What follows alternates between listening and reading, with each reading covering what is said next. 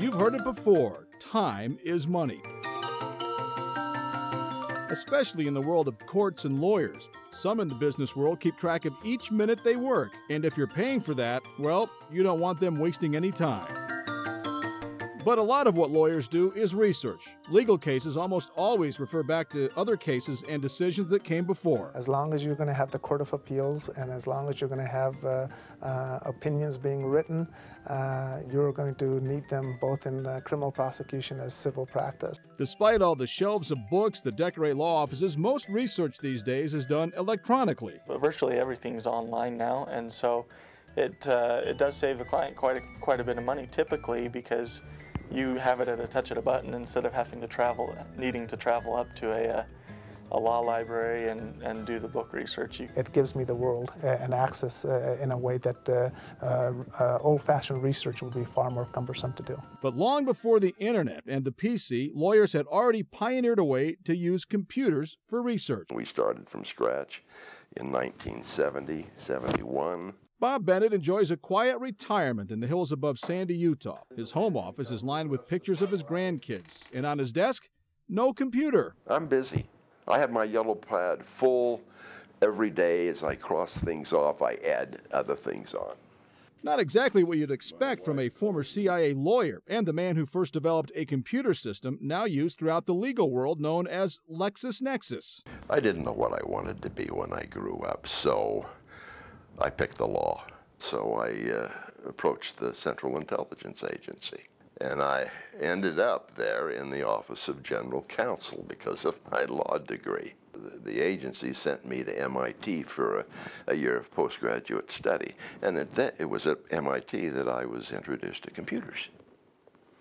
When I came back to the agency after that year, I found out the agency had one of two specialized computers built by GE down in the basement.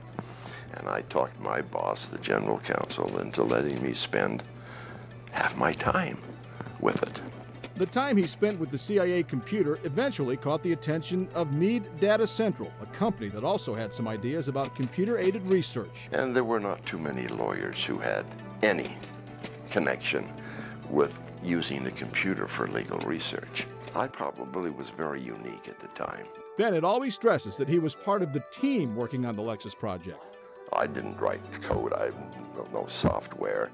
I wrote the functional specification. Here's what a lawyer wants. Here's what the terminal's going to look like. Here's how he's going to function. And then the programmers would take my functional specification and write the code. At the time, there were few records that could be read by computers, so a lot of the material had to be typed in by hand. And we did that in Korea, non-English speaking, so they didn't make decisions. They just saw what was on the page and they keyed it. Many of the first companies to use the system were tax lawyers, starting with the IRS. When they subscribed to the tax service, what happened to the tax lawyers in the country? If the IRS had it, they had to have it.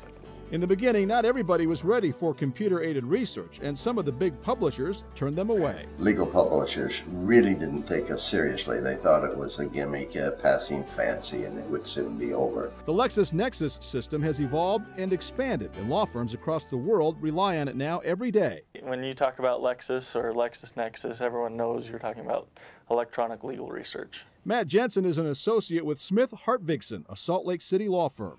Or you'll want to hop on Lexis and do research, find cases that are controlling to your client's situation, and then you can advise your client with confidence. It has dramatically cut down on the time you spend on doing research, and frankly, if such a tool wasn't around, I don't know how a modern day law office could function. After a little more than a decade, Bob Bennett and his development team turned the reins over to other managers. Bob moved on to run the computer operations of another large company for a few years, and then took the chance to retire a little early. I have to give credit to my wife. She was both mother and father for a good number of years because I was constantly gone, and that is one of the reasons I retired early. That's why I retired at 55, because I still had 3 young children, and I didn't want to do the same thing.